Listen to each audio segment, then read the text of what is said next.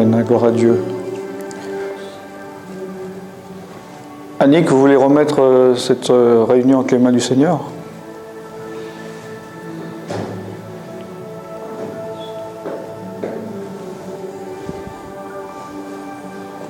Seigneur Jésus Tout-Puissant, nous venons devant toi ce soir, le cœur lourd ou allégé, nous te le confions, Seigneur. Entre dans nos cœurs, Seigneur, à tous. Porte-nous ta vraie lumière, ton amour dont tu nous bénis tous les jours, ton sang versé pour nous, nos péchés, notre rachat. Seigneur, merci de nous permettre de venir en ta présence ce soir, dans ce lieu, en compagnie de ton serviteur qui nous apprend et qui nous parle de toi. Seigneur, bénis cette assemblée, qu'elle grandisse dans ta lumière, dans ta foi, dans ton amour.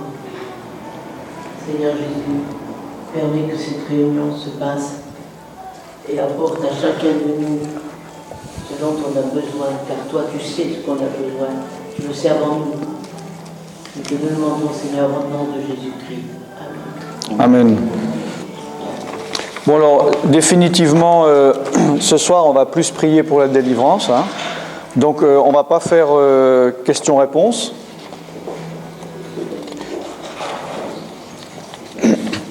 Le dernier point que j'aimerais parler, donc je vous rappelle que demain, il y a le culte à 10h du matin. À côté, tout le monde connaît, vous savez ? Qui ne connaît pas ? Levez la main. Il faudra voir... ou bien Francis ou Sandra demander où c'est, mais c'est à côté.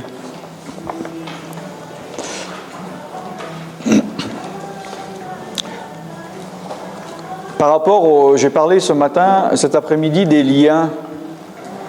Et on connaît tous quand Jésus a dit tout ce que vous lirez sur la terre sera lié dans le ciel, et tout ce qui vous délirez sur la terre sera lié dans le ciel. Donc ça, on voit ça dans Matthieu 18. Matthieu 18, verset 18. C'est facile à retenir. Hein.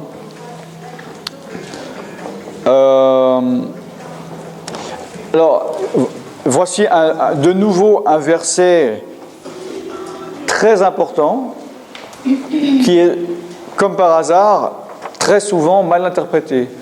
Et si vous voulez un mauvais conseil, le meilleur moyen pour mal interpréter un texte, c'est de le sortir hors du contexte.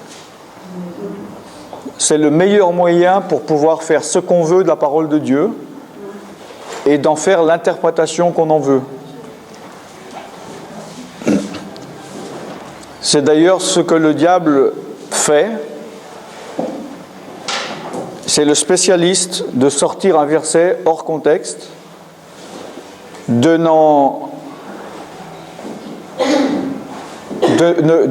ne dire qu'une partie et de l'autre partie de la tordre. Hein? La parole de Dieu, il faut la voir dans son contexte. C'est pour ça, des fois, comme tout à l'heure on a posé des questions, j'ai dit, mais je préfère, on regarde de nouveau, voir, parce qu'il faut faire attention à ce qu'on dit et pas sortir des doctrines sur des versets hors contexte. Jésus a dit, tout ce que vous lirez sur la terre est lié dans le ciel, et tout ce que vous délirez sur la terre est délié dans le ciel. Souvent, des personnes vont dire le contraire de ça, dans le sens, tout ce que je lis dans le ciel est lié sur la terre, tout ce que je délie dans le ciel est délié sur la terre. Alors que là, il y a deux mentions dans les évangiles de ce terme, il y a ici, et il y a, si je ne me trompe pas, dans Matthieu 16, lorsque il parle avec Pierre, ça doit être 16, verset 17 ou 18, où Pierre a la révélation de qui est Jésus-Christ, c'est-à-dire tu es le Christ, le Fils de Dieu, et qui lui dit, donc je vais bâtir mon église sur cette pierre, et tout ce que tu liras sur la terre sera lié dans les cieux, tout ce que tu délieras sur la terre sera délié dans les cieux. Là, nous voyons dans le contexte de Matthieu 18, à partir du verset 15, l'explication où Jésus dit, si ton frère a péché, va, reprends-le entre toi et lui seul. S'il t'écoute, tu as gagné ton frère. Mais s'il ne t'écoute pas, Prends avec toi 2 ou 3 personnes afin que toute l'affaire se règle sur la déclaration de 2 ou 3 témoins. S'ils refusent de les écouter, dis-le à l'Église. Et s'ils refusent aussi d'écouter l'Église, qu'il soit pour toi comme un païen et un républicain. Je vous dis en vérité, tout ce que vous lirez sur la terre sera lié dans le ciel, et tout ce que vous délierez sur la terre sera délié dans le ciel. Verset 19, je vous dis encore, donc c'est toujours par rapport à ça, je vous dis encore, que si 2 d'entre vous s'accordent sur la terre pour demander une chose quelconque, elle leur sera accordée par mon Père qui est dans les cieux. Donc, on voit dans ce contexte que Jésus parle bien de choses que l'on se lie ou que l'on se délie ici-bas.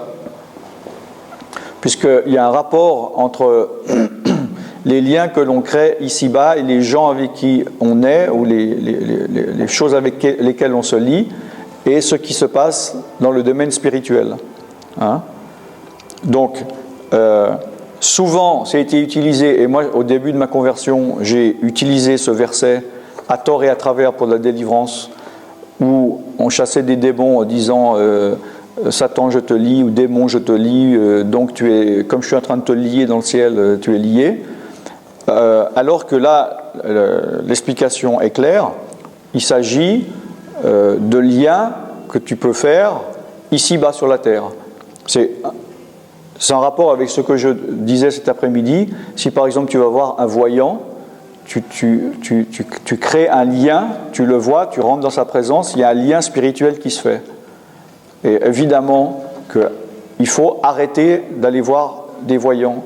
Donc peut-être tu te trouves dans des situations où tu vois des gens qu'il vaut mieux que tu ne voies pas, que tu devrais te séparer. Parce que si tu es lié à certaines choses ici-bas, tu es lié dans les lieux célestes. Hein? Il y a une interaction entre les choses ici et les choses célestes. Si tu te lies avec des choses ici-bas, spirituellement tu es lié dans le ciel. Si tu te délies ici-bas, tu es délié dans le ciel. Oui, c'est une chose qui est importante par rapport à des péchés, de confesser, de demander pardon, d'avoir fait, mais dans la mesure du possible, il faut aussi couper et arrêter le lien. C'est comme on parlait hier de coucher avec quelqu'un avant le mariage, tu es lié aussi dans le ciel. Il faut couper ici-bas pour être coupé dans le ciel avant de faire l'union devant Dieu et après coucher avec la personne. Oui ?